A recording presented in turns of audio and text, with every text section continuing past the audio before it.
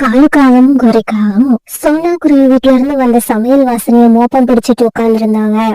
காலுஜி, இந்த சோனா குருவியோட வீட்ல இருந்து ரொம்ப நேரமா ஏதோ ஒரு மசாலா வாசம் வந்துகிட்டு இருக்கு. அது என்ன சமைக்குதுன்னு நான் இப்பவே தெரிஞ்சுக்கணும், இல்லன்னா என்னோட தலையே வெடிச்சிடும் போல இருக்கு. கோரி, இதுக்கு ஏன் இவ்வளவு டென்ஷன் ஆகுற? நான் சொல்றேன் கேட்டுக்க. சோனா குருவி மட்டன் பிரியாணியும் சிக்கன் 65யும் செஞ்சுக்கிட்டு இருக்கு. காலுஜி, எப்படி இவ்வளவு கரெக்டா சொல்றீங்க? கோரி, என்னோட மூக்கு மேல எனக்கு அந்த அளவுக்கு நம்பிக்கை இருக்கு. ஒருவேளை நான் சொன்னது மட்டும் தப்பா இருந்துச்சுன்னா அதுக்கப்புறம் நான் சிக்கன் சாப்பிடுறதையே விட்டுடுறேன். என்ன இருந்தாலும் எனக்கு உங்க பேச்சுல நம்பிக்கை இல்ல. நான் கொஞ்சம் சக்கரை இரவல் வாங்குற மாதிரி சோனா குருவி வீட்டுக்கு போய் அங்க என்னதான் நடக்குதுன்னு பாத்துட்டு வந்துடுறேன். இப்படி சொல்ல கோரிக்காகவும் பிறகு ஒரு சின்ன டம்ளர் எடுத்துக்கிட்டு சக்கரை கடன் வாங்குறதுக்காக சோனா குருவி வீட்டுக்கு பறந்து போச்சு. சோனா, எனக்கு ஒரு டம்ளர் நிறைய சக்கரை கொடு. நாளைக்கு நான் சக்கரை வாங்கின உடனே இதே அளவு திருப்பி கொடுத்துறேன். கோரியக்கா, நான் கொஞ்சம் வேலையா இருக்கேன். அதோ அந்த பக்கம் சக்கரை டப்பா இருக்கு, அதுல இருந்து நீங்களே எடுத்து கொட்டிக்கோங்க. கோரிக்காக அங்க போனப்ப காலுக்காக சொன்ன மாதிரி சோனா குருவி மட்டன் பிரியாணியும் சிக்கன் 65யும் தயார் பண்ணிக்கிட்டு இருந்தது. காலேஜோட மூக்கு இவ்வளவு ஷார்ப்பா வேலை செய்யும்னு நான் நினைக்கவே இல்ல. சோனா, இன்னைக்கு என்ன விசேஷம்? சமையல் எல்லாம் தடபடலா இருக்கு. சாகர் அண்ணா கல்யாணம் பண்ணிக்கிட்டு வந்திருக்காருல்ல, அவருக்கும் அவர் மனைவிக்கும் இன்னைக்கு எங்க வீட்டுல விருந்து வைக்கிறேன். ஓஹோ, அதுதான் இவ்வளவு மும்முரமா சாப்பாடு தயார் பண்றியா? அது சரி, விருந்துக்கு யார் யார கூப்பிட போற? சாகர் அண்ணா, அவரோட மனைவி, அப்புறம் ரீட்டா, இவங்க 3 பேரும் தான் விருந்துக்கு வர போறாங்க. சோனா குருவி இப்படி சொன்னதும் கோரிக்காவோட முழு சோகமா சர்க்கரையை கூட வாங்காம அங்க இருந்து பறந்து போச்சு. கோரியாக்கா, சர்க்கரையை எடுத்துக்காம போறீங்க?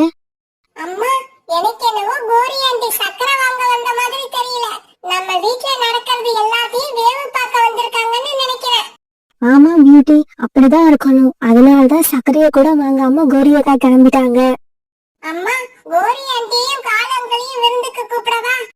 இல்ல, அவங்க 2 பேருக்கும் விருந்துக்கு போற இடத்துல எப்படி நடந்துக்கணும்னு தெரியாது. அவங்க 2 பேரும் தங்களோட வயிறு நிறையணும்னு நினைப்பாங்களே தவிர மத்தவங்க பத்தி நினைக்கவே மாட்டாங்க. கோரி, என்ன ரொம்ப கோபமா இருக்க? காலுஜி, சோனா குருவி இப்ப கல்யாணம் பண்ணிக்கிட்டு வந்த அந்த அழுக்கு புறாவுக்கும் அதோட மனைவிக்கும் விருந்து வைக்க போகுதாம். அவங்கள மட்டும் கூப்பிட்டா கூட பரவாயில்ல, சம்பந்தமே இல்லாம ரீட்டா கிளிய கூப்பிடுது. ஆனா நம்மள கூப்பிடாதான். அந்த மட்டன் பிரியாணியையும் சிக்கன் 65யும் பார்த்தா என் வயிறெல்லாம் எரியுது. கோரி, சோனா குருவி கூப்பிடலன்னா என்ன? அது நம்மள கூப்பிட்டாலும் சரி கூப்பிடலன்னாலும் சரி, நாம அந்த விருந்துக்கு போறோம், வயிறு நிறைய சாப்பிடுறோம். ஏன் அவங்க வீட்டுல 3 பேர் உட்கார மட்டும்தான் இடம் இருக்கா? 5 பேர் உட்கார முடியாதா? காலுஜி, இருந்தாலும் சோனா குருவி கூப்பிடாம அவங்க வீட்டுக்கு போறதுக்கு எனக்கு என்னவோ மாதிரி இருக்கு. அந்த அழுக்கு புறாவும் ரீட்டா கிளியும் நம்மள ஏதாவது கிண்டல் பண்ணனாங்கன்னா என்னால அதை தாங்க முடியாது.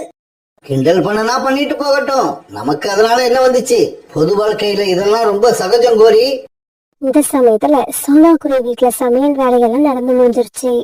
பியூட்டி, சாப்பாடு எல்லாம் தயாராயிடுச்சு. நீ போய் ரீட்டா ஆண்டியையும் புறாவுகளையும் வீட்டுக்கு வர சொல்லு. அம்மா, அவங்க கிட்ட எல்லாம் சொல்லிட்டு அப்படியே பால் வாங்கிட்டு வந்துடுறேன். இப்படி சொன்ன பியூட்டி பிறகு பால் வாங்குறதுக்கு பணத்தையும் ஒரு வாழையையும் எடுத்துக்கிட்டு வீட்டை விட்டு வெளியில பறந்து போச்சு.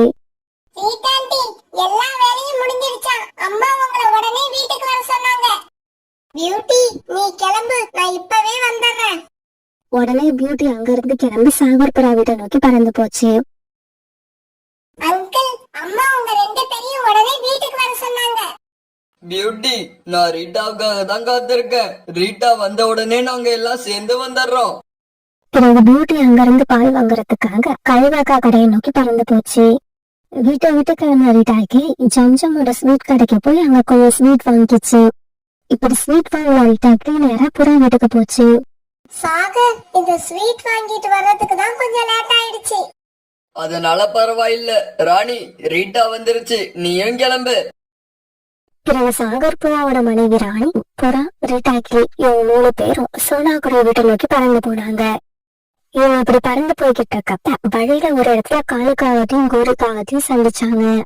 சாகர், ரீட்டா, நீங்க எல்லாம் எங்க கிளம்பிட்டீங்க? சோனா எங்க 3 பேரையும் விருந்துக்கு கூப்பிட்டு இருக்கு. நாங்க அங்கதான் போய்கிட்டு இருக்கோம். அப்படியா? சோனா குருவி உங்களையும் கூப்பிட்டு இருக்கா?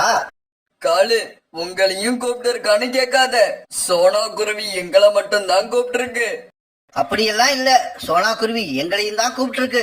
சரி சரி வந்தது வந்துட்டீங்க. சரி வாங்க எல்லாரும் சேர்ந்து ஒன்னா போவோம். வேண்டாம் வேண்டாம், உங்க கூட சேர்ந்து நாங்க வரல. நாங்க தனியா போறோம், நீங்க தனியா வாங்க. இப்படி சொன்ன சாகர் புறா தன்னுடைய மனைவியையும் ரீட்டா கிட்டையையும் கூப்பிட்டுக்கிட்டு சோனா குருவி வீட்டை நோக்கி பறந்து போச்சு. காலுஜி, இவங்க கூட சேர்ந்து டீசெண்டா வீட்டுக்குள்ள போயிடலாம்னு நினைச்சோம். அது ஃபெயிலியர் ஆயிடுச்சு. இவங்க கூப்பிட்டுட்டு போகலன்னா அதுக்காக நாம என்ன போகாமலா விட்டுற போறோம்? கோரி, இந்த நிலைமையில தான் நம்ம மனசை சோர்ந்து போக விடக்கூடாது. தைரியமா இருக்கணும். இப்படி சொல்ல காலுக்காகும் பிறகு ஒரு சாவி கொட்டை எடுத்து கோரிக்காகத்து கிட்ட காட்டுச்சு. கோரி, இங்க பாரு, இது என்ன தெரியுமா? இது என்ன பெரிய அதிசயமா? இது ஒரு சாவி கொத்து. என்ன நீ ரொம்பவும் சாதாரணமா சாவி கொத்துன்னு சொல்ற? இந்த சாவி கொத்த புறா கிட்ட இருந்து திருட நான் எவ்வளவு தெரியுமா கஷ்டப்பட்டேன். காலுஜி, நீங்க செஞ்சது உண்மையிலேயே சூப்பரான வேலை. நம்மள அலட்சியப்படுத்திட்டு போன அந்த புறா சாவியை காணாம தவிக்கணும். காலுஜி, இந்த சாவி கொத்தை தூக்கி எறிங்க. கோரி, இந்த மாதிரி சமயத்துலதான் நாம நிதானமா நடந்துக்கணும். இப்ப உனக்கு புறா சாவி கிடைக்காம கஷ்டப்படுறது முக்கியமா, இல்ல நாம 2 பேரும் மட்டன் பிரியாணி சாப்பிடுறது முக்கியமா? என்ன காலுஜி இப்படி கேக்குறீங்க? இந்த உலகத்துல உள்ள எல்லா விஷயத்தையும் விட நம்ம இப்ப மட்டன் பிரியாணி சாப்பிடுறதுதான் முக்கியம். அப்படின்னா சத்தம் போடாம என் பின்னால வா. இப்படி போல இவங்க சோனா குருவி வீட்டுக்கு போய் வாசல சத்தம் போடாம உட்கார்ந்து இருந்தாங்க. ராணி, வீட்டு சாவிய பாத்தியா? என்ன கேக்குறீங்க? வீட்டு கதவை பூட்டிட்டு சாவியை நீங்க தானே எடுத்துக்கிட்டு வந்தீங்க. ஆமா, நான் தான் எடுத்துக்கிட்டு வந்தேன். ஆனா சாவி இப்ப என்கிட்ட இல்லையே, எங்கேயோ விழுந்துடுச்சுன்னு நினைக்கிறேன். கொஞ்ச நேரம் இரு, நான் போய் சாவியை தேடி பார்த்துட்டு வந்துடுறேன். இந்த சமயத்துல காலுக்காகவும் கோரிக்காகவும் சோனா குருவி வீட்டுக்குள்ள போனாங்க. சாவியை தேடிக்கிட்டு யாரும் அலைய வேண்டியது இல்ல. இதோ சாவி எங்க கிட்டதான் இருக்கு. சாகர், என்னதான் இருந்தாலும் உனக்கு இவ்வளவு அலட்சியம் இருக்க கூடாது. சாவிய நீ பாட்டுக்கு அங்கேயே போட்டுட்டு வந்துட்ட. நல்ல வேலை எங்க கையில கிடைச்சது. இது வேற யாரு கையிலயாவது கிடைச்சிருந்தா என்ன நடக்கும்னு ஒரு நிமிஷம் யோசிச்சு பாரு. உங்க கையில கிடைச்சே ஒன்னும் ஆகல, அப்புறம் யாரு கையில கிடைச்சா என்ன? சரி சரி, ஏன் வெட்டித்தனமா பேசிக்கிட்டு இருக்கீங்க? எங்களுக்காக தானே வெயிட் பண்ணிக்கிட்டு இருந்தீங்க. இதோ நாங்களும் வந்துட்டோம். வாங்க நாம விருந்து ஆரம்பிக்கலாம். அப்படி சொன்ன உடனே தன் உண்மையா பார்த்து சிரிக்க சோனா குருவி சிரிக்க ஆரம்பிச்சிருச்சு. கண்ணன்னா கோரியக்கா, நாம எல்லாருமே ஒன்னா சேர்ந்து சாப்பிடுவோம். ஆனா ஒரு விஷயம், நான் தட்டுல வைக்கிறதான் நீங்க 2 பேரும் சாப்பிடணும். எங்களுக்கு தெரியாம கிச்சனுக்குள்ள போய் சட்டிய காலி பண்ணிடக்கூடாது. கோரி, சோனா நம்மள பழைய மாதிரியே நினைச்சுக்கிட்டு இருக்கு. ஆமா, நாம இப்ப மாறினதை நீ அதுகிட்ட சொல்லவே இல்லையா? சோனா, நாங்க இப்ப முன்ன மாதிரி இல்ல, ரொம்பவும் டீசென்ட் ஆயிட்டோம். இப்ப கூட பாரு, நாங்க சாதாரணமா உன்னோட வீட்டுக்குள்ள வரல, புறாவோட சாவியை திருடி எடுத்துக்கிட்டு தான் இந்த வீட்டுக்குள்ள வந்தோம். கோரிக்காக சொன்னதை கேட்டு அங்கிருந்து எல்லாரும் சிரிக்க ஆரம்பிச்சாங்க. பிறகு சோனா குருவி பிரியாணி எடுத்து வைக்க எல்லாரும் சந்தோஷமா சாப்பிட்டாங்க. அந்த காட்டா இருந்த நிலத்துல பாதி நிலத்துக்கு மேல காலுக்காகத்துக்கும் கோரிக்காகத்துக்கும் தான் சொந்தமா இருந்தது. காங்கள் இவ்வளவு பெரிய பணக்காரங்களா இருந்தா கூட ரொம்பவும் கஞ்சத்தனமா இருந்தாங்க. அவங்க மனசுல கொஞ்சம் கூட இறக்கமே கிடையாது. முதலாளி, என்னோட வேலை எல்லாத்தையும் முடிச்சிட்டேன். சம்பளத்தை கொடுத்தீங்கன்னா வீட்டுக்கு கிளம்புவேன். உடன் காலுக்காக 100 ரூபாய் எடுத்து அந்த பறவை கிட்ட கொடுத்துச்சு. முதலாளி, சம்பளம் 400 ரூபான்னு சொன்னீங்க, இப்ப என்ன 100 ரூபாய் கொடுக்கறீங்க? பாரு, நான் ஒண்ணும் ஏமாளி கிடையாது. நீ மதிய சாப்பாடு சாப்பிட எடுத்துக்கிட்ட நேரம், 2 வேளை டீ குடிச்ச நேரம், அப்புறம் நினைச்சப்பெல்லாம் பாத்ரூம் போனது, இப்படி எல்லாத்தையும் கூட்டி கழிச்சு பார்த்தா உனக்கு 100 ரூபாய் தான் வருது. முதலாளி, இது அநியாயம், அக்கிரமம். என்னை ஏமாத்தாதீங்க. எனக்கு பேசுறபடி 400 ரூபாய கொடுத்துருங்க. ஏய், இஷ்டம் இருந்தா இந்த பணத்தை எடுத்துக்கிட்டு போ, இல்லன்னா அதையும் என்கிட்ட கொடுத்துட்டு போ. வயலுக்கு உரம் வாங்கறதுக்கு 100 ரூபாய் குறையுது. இப்படி சொல்லிட்டு காலுக்காக அங்க இருந்து பறந்து போயிடுச்சு. காலுக்காகத்தோட வீட்டுக்கு பக்கத்துலதான் சோனா குருவியோட வீடு இருந்துச்சு. சோனா குருவிக்கு கணவர் இல்ல, இருந்தாலும் ரொம்பவும் கஷ்டப்பட்டு பணம் சம்பாரிச்சு ஒரு அழகான சின்ன வீட்டை இப்பதான் கட்டி இருந்தது.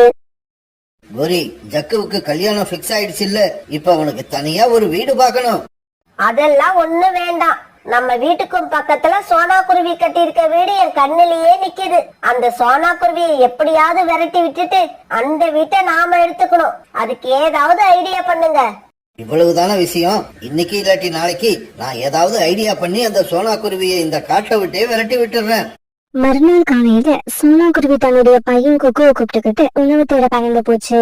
இத பார்த்த காலுக்காகும் சோனா குருவி வீட்டுக்கு போய் வாசல் கதவை வெளிப்பக்கமா ஒரு பூட்டு போட்டு பூட்டிடுச்சு. இப்படி கதவை பூட்டின காலுக்காகும் கழுவி எழுதின மாதிரி ஒரு கடிதத்தை எழுதி அந்த கடிதத்தை அந்த கதவோட சொருகி வச்சிருச்சு. உணவு தேட போன சோனா குருவியும் கொக்குவும் மத்தியானத்துக்கு மேல தங்களுடைய வீட்டுக்கு திரும்பி வந்தாங்க. வீட்டுக்கு வந்து பார்த்த சோனா குருவி வாசல் கதவை வெளிப்பக்கமா பூட்டி இருக்கிறத பார்த்த உடனே அதிர்ச்சி ஆயிடுச்சு.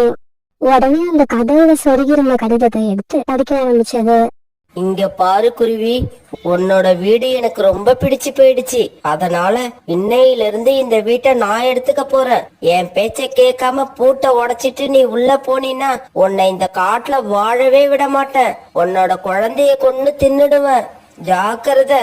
அந்த கடிதத்துல இப்படி எழுதியிருந்ததை பார்த்த உடனே சோனா குருவி அழ ஆரம்பிச்சது. கொஞ்ச நேரம் இப்படி அழுத சோனா குருவி பிறகு பக்கத்துல இருந்த காலுக்காக வீட்டுக்கு போச்சு. காலுக்காகத்தோட வீட்டுக்கு போன சோனா குருவி நன்மதி எல்லாத்தையும் அவங்க கிட்ட சொல்லுச்சு.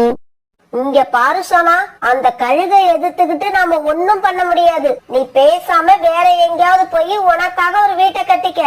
கௌரி அக்கா, உங்களுக்கு தெரியும் நான் ரொம்பவும் கஷ்டப்பட்டு கட்டின வீடு இது. இந்த வீட்டை விட்டுட்டு என்னால எப்படி போக முடியும்? சோனா, வீடு போனாலும் மறுபடியும் கட்டிக்கலாம். உன் குழந்தையோட உயிர் போயிடுச்சுன்னா என்ன பண்ணுவ? நல்லா யோசிச்சு பாரு. என்ன கேட்டா நீ இந்த காட்டுலயே இருக்காத, வேற ஏதாவது ஒரு காட்டுக்கு போயிடு. அப்பதான் நீ நிம்மதியா வாழ முடியும். பிறகு வேற வழியில சோனா குருவி தன்னோட குழந்தை குக்குவை கூப்பிட்டுக்கிட்டு அந்த காட்டை விட்டு வேற காட்டை நோக்கி பறந்து போச்சு. காலுஜி, உங்களோட திறமை யாருக்கும் வராது. ஒரு சின்ன சத்தம் கூட இல்லாம அந்த சோனா குருவியை இந்த காட்டை விட்டே விரட்டிட்டீங்க. கௌரி, நம்ம பையன் கல்யாணம் முடிஞ்ச உடனே நம்ம பையனை சோனா குருவி வீட்டுல கொண்டு போய் குடி வச்சிடலாம். காலுஜி, நம்ம பையன் ஜக்குவ அங்க குடி வைக்கிறதுக்கு முன்னாடி அந்த வீட்டை சுத்தம் பண்ணணும். அதுக்கு ஏற்பாடு பண்ணுங்க. வீட்டை சுத்தம் பண்றதுக்கு நான் இப்பவே போய் ஏதாவது ஒரு பறவையை பிடிச்சு அழைச்சுக்கிட்டு வரேன். இப்படி சொல்லிட்டு காலுக்காக வீட்டை விட்டு வெளியில பறந்து போச்சு. இப்படி பறந்து போன காலுக்காக ஒரு இடத்துல ரீட்டாக்ல உட்கார்ந்து இருக்கிறத பார்த்துட்டு அங்க போச்சு. ரீட்டா, என்னோட வீட்டை சுத்தம் பண்ணணும். சீக்கிரமா வந்து சுத்தம் பண்ணி கொடு. காலு, எனக்கு வீட்ல நிறைய வேலை இருக்கு. என்னால இப்ப வர முடியாது. அப்படியா? அப்படின்னா 6 மாசத்துக்கு முன்னால நீ கோரி கிட்ட வாங்கினீல்ல 500 ரூபாய், அந்த பணத்தை இப்பவே எடுத்து வை. காலு, என்னால இப்ப பணம் கொடுக்க முடியாது. இன்னும் 2 மாசத்துல கொடுத்துறேன். அதெல்லாம் எனக்கு தெரியாது. எனக்கு அந்த பணம் இப்பவே வேணும். பணத்தை கொடுக்க முடியலன்னா வீட்டை வந்து சுத்தம் பண்ணி கொடுத்துட்டு போ. பிறகு வேற வழியில்லாத ரீட்டாக்கிலி வீட்டை சுத்தம் பண்றதுக்கு ஒதுக்குச்சு. பிறகு காலுக்காக ரீட்டாக்கிலியை கூப்பிட்டுக்கிட்டு சோனா குருவி வீட்டுக்கு போச்சு. சோனா குருவியோட வீட்டுக்கு போனதும் ரீட்டாக்கிலிக்கு அதிர்ச்சி ஆயிடுச்சு. ஆமா, இந்த வீடு சோனா குருவி வீடு தானே? சோனா குருவி வீட்டை நீங்க எதுக்காக சுத்தம் பண்ணணும்? சோனா குருவி இந்த வீட்டை எனக்கு வித்துட்டு அது வேற காட்டை தேடி போயிடுச்சு. காலுக்காக சொன்ன போய் நம்மள ரீட்டாக்கிலி பிறகு அந்த வீட்டை சுத்தம் பண்ண ஆரம்பிச்சது. பிறகு 2-3 நாள் ஜக்காவுக்கு கல்யாணம் நடந்து முடிஞ்சிருச்சு. கல்யாணம் நடந்து முடிஞ்சதும் பொண்ணு மாப்பிள்ள வீட்டுக்கு வந்துட்டாங்க. ஜக்குஜி, இந்த வீடு அழகா இருக்கு. எனக்கு ரொம்ப பிடிச்சிருக்கு. ஆனா நீங்க இந்த வீட்டுல இருக்க போறதில்ல.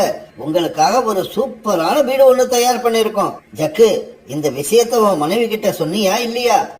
சொல்லிட்டேன்பா. ஒரு ஏமாந்த குருவியை விரட்டி விட்டுட்டு நமக்காக எங்க அப்பா ஒரு வீட்டை தயார் பண்ணிருக்காங்கன்னு ரொம்ப பெருமையா சொல்லிருக்கேன். டேய் ஜக்கு, சந்தர்ப்பம் கிடைக்கிறப்பெல்லாம் எங்களோட பெருமைய பத்தி உன் பொண்டாட்டிக்கிட்ட சொல்லிக்கிட்டே இரு. சரி பிங்கி, வா நாம நம்ம வீட்டுக்கு போவோம். இப்படி சொன்ன ஜக்கு பிறகு தான் மனைவியை கூப்பிட்டுக்கிட்டு சோனா குருவியோட வீட்டுக்கு போறான். ஜக்குஜி, இந்த வீடு நான் எதிர்பார்த்த மாதிரி இல்ல. எனக்கு உங்க அப்பா அம்மா இருக்கிற வீடு தான் பிடிச்சிருக்கு. அந்த வீடு பெரிய வீடு. இந்த வீடு எனக்கு பிடிக்கவே இல்ல. அப்படியா? அப்படின்னா நான் நாளைக்கு எங்க அப்பா கிட்ட இத பத்தி பேசுறேன். அவங்கள இந்த வீட்டுக்கு வர சொல்லிட்டு நாம அங்க போயிடுவோம். ஆனா மறுநாள் ஒரு வேலை விஷயமா பக்கத்து காட்டுக்கு போன காலுக்காகவும் குறிக்காகவும் வேகமா சுத்திக்கிட்டு இருந்த காற்றாடியில் அடிபட்டு தலை குப்புற கீழே விழுந்தாங்க. இப்படி விழுந்த காங்கள் 2 பேரும் உடம்பு பூரா அடிபட்டு உயிருக்கு போராடிக்கிட்டு இருந்தாங்க. அந்த வழியா பறந்து வந்த பறவைகள் சில பேர் காலுக்காகவும் கோரிக்காகவும் இப்படி அடிபட்டு கிடக்கிறத பார்த்துட்டு அவங்கள தூக்கிக்கிட்டு வந்து வீட்டுல விட்டுட்டாங்க. இப்படியே சில நாட்கள் நகர்ந்துச்சு.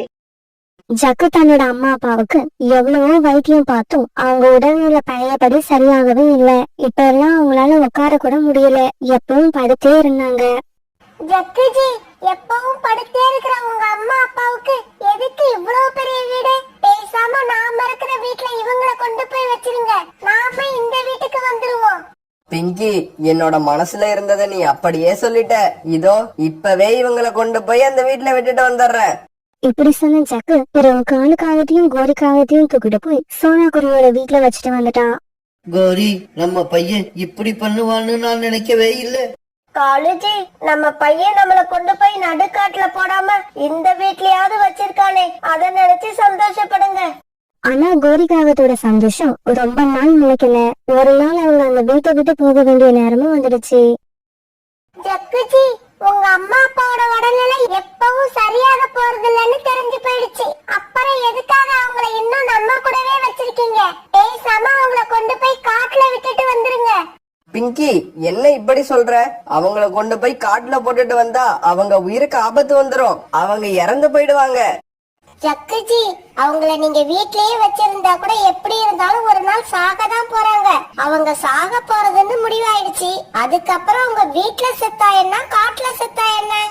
பிங்கி, நீ எதை சொன்னாலும் அதுல நிறைய அர்த்தம் இருக்கும். அதை என்னால புரிஞ்சுக்க முடியுது. இன்னைக்கு ராத்திரியே இவங்களை கொண்டு போய் எங்கேயாவது விட்டுட்டு வந்துருவோம். பிறகு அன்னைக்கு ராத்திரி ஜக்குவும் பிங்கியும் காலுக்காகத்தையும் கோரிக்காகத்தையும் தூக்கிட்டு அடர்த்தியான காட்டு பகுதியை நோக்கி பறந்து போனாங்க. ஜக்கு, என்னடா இப்படி பண்ணிட்ட? எங்களை ஏன்டா இங்க அழைச்சுக்கிட்டு வந்திருக்க? அப்பா, இதுக்கப்புறம் நீங்க இருக்க வேண்டிய இடம் இதுதான். இதுக்கப்புறமாவது உங்க தொல்லை இல்லாம நான் நிம்மதியா இருக்க ஆசைப்படுறேன். டேய் ஜக்கு, உங்க அப்பா உனக்காக நிறைய கஷ்டப்பட்டு கணக்கில்லாத பறவைகளை ஏமாத்தி அவ்வளவு சொத்து சேர்த்து வச்சிருக்காரு. அப்படிப்பட்ட அவரை இந்த நிலைமைக்கு கொண்டு வந்துட்டியடா.